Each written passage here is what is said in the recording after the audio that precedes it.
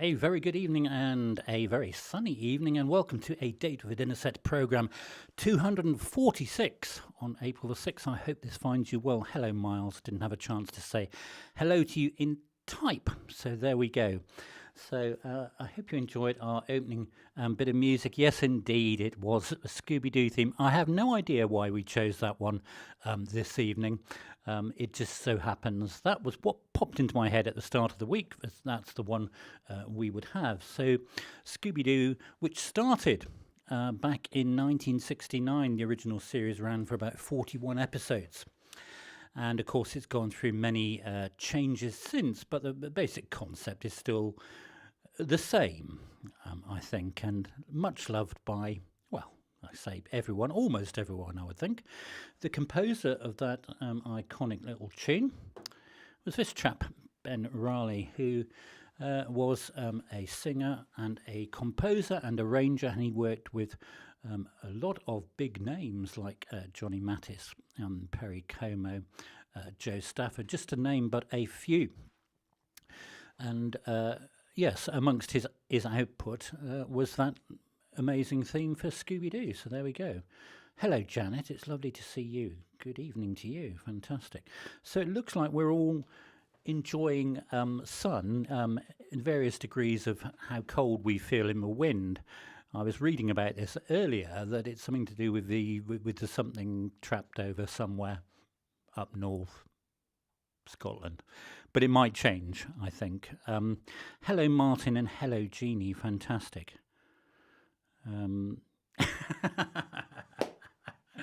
Classic, Miles. Absolutely, those pesky kids. Those pesky kids. Yes. Scooby Doo, eh? Fantastic. Yeah, so that was our opening music this evening. For the past, I think, about 130 programmes, we've had a bit of 30 seconds, 40 seconds of TV music just to open us off on our programme. Okay, so looking down my list this evening, our music spans a period of 95 years, all the way from 1930 through to 2025. And I'd like to think that looking at this list, there will be something for everyone. Something that everyone will know, at least one thing, something you can sing along to, something you can dance to, and something which will be new to you. I can almost guarantee that. So I do hope that you will enjoy this evening's programme. Good evening, Mr. Stephen Langford. How lovely to see you. Fantastic. I hope you have got some sun down in Christchurch. I would imagine so. It seems to be sunny almost everywhere. So yeah, lots coming up in this evening's programme, and lots of fun as always. If you're with us live in the chat room and you want to chat away about the music, the composer, the context, or anything else, then please do. Or just tell us about your week, or what you've been doing, what you're eating, the weather, etc.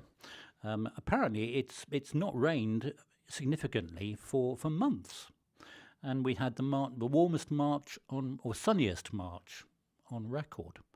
It's amazing, isn't it? Fantastic. I'll have a bit of coffee and then we'll launch into our first bit of music this evening. As I say, do enjoy this evening's programme.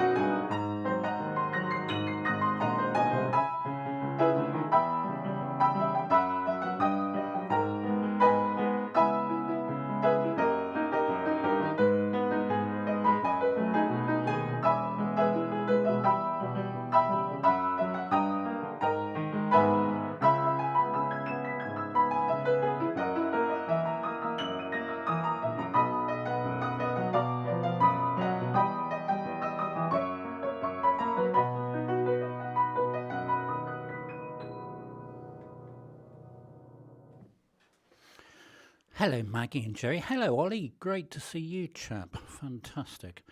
Miles, I do know what you mean about Russ Conway. There's one of his. I'm trying to think which one it is. It might be Pixelated Penguin that has that sort of beat going through it. In actual fact, that was our oldest piece of music this evening. That goes all the way back to 1930. Not in that style, I hasten to add. It's called Beyond the Blue Horizon, and it was composed by a chap on the left. And that's the best picture I could find of him, I'm afraid, W. Frank Harling. And as you can see, it was composed for the Paramount picture Monte Carlo, and it was famously sung by Jeanette MacDonald, and she made it her song all throughout her life. As I say, not in that particular style. The style in which I played that was the style how I discovered the song by this chap, Lou Christie. Lou Christie, American singer from the 1960s, and in his third incarnation in the early 70s, he did a version of Beyond the Blue Horizon with that sort of bopping sort of country feel to it, and it was used in the soundtrack to Rain Man, apart from anything else. It's a rather nice piece, actually, and it's one of those sort of with lovely lyrics, idyllic lyrics. That's quite tricky to say, isn't it? Anyway, that was our opening one this evening, so I do hope you enjoyed that one, Beyond the Blue Horizon from 1930, composed by W. Frank Harling. If you enjoy our programme On a Date with a Dinner Set, then do press the thumbs up button beneath and make sure it illuminates and dances for you. That helps everyone, especially me, and the channel to move along. So, as I say, we've got a mixed programme this evening. We have 6 pieces of music, well, you've had one of them, ranging from 1930 all the way through to 2025. And it's a nice idea. You're giving me Bob, you're giving me an idea for the future. Yes. Sorry, I'm thinking about that future programme when I should be actually thinking and concentrating on the one I'm actually doing. Clearly, some coffee is needed to do that. Hello, Jamie. Fantastic.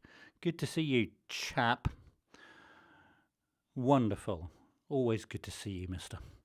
Right, coffee, then my next song.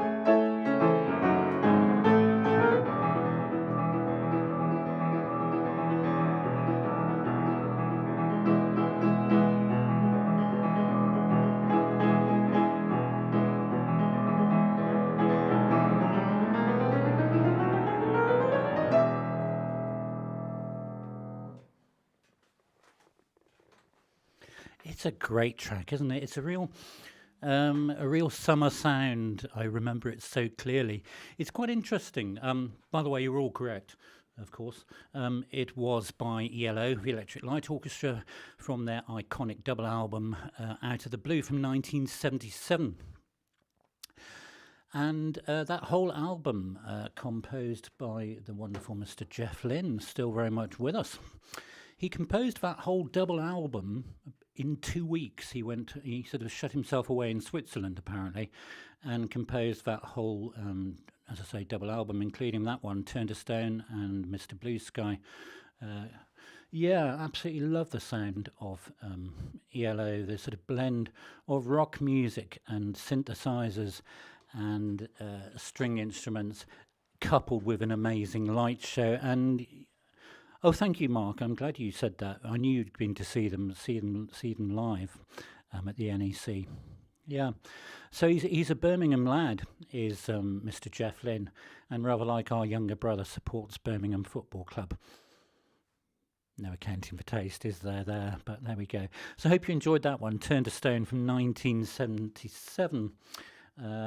If you're new to this and you are not subscribed to the channel, then do consider doing so. It's YouTube, so of course it's free. Just press that button, and if you want to know when things are going on, such as our Friday uploads and our live streams, then you need to press the bell notification and have those notifications on. As always, it is for likes, for comments and shares, which helps our channel and indeed any YouTube channel to grow. It's the interaction between. I'm all out of breath again after that one. Bit more coffee. I think we better calm things down for the next one. Let's do that. Oh yeah, I'd forgotten Adrian did as well. What went wrong in our family, Mark? Eh?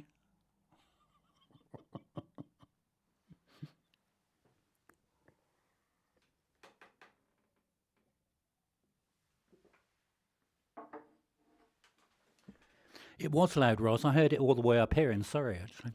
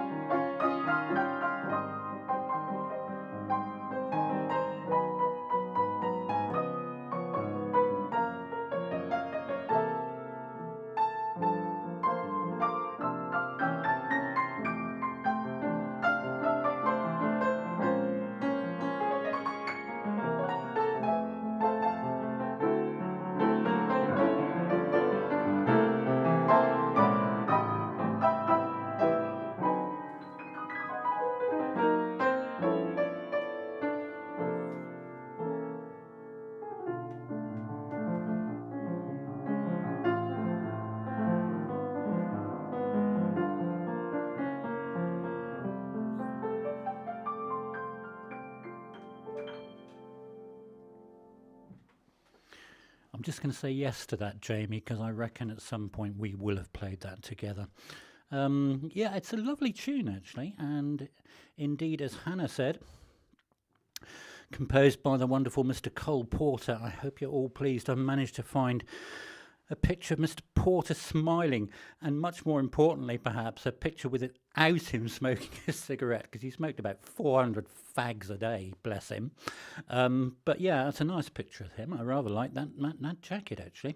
And it was composed for the musical Mexican Hayride.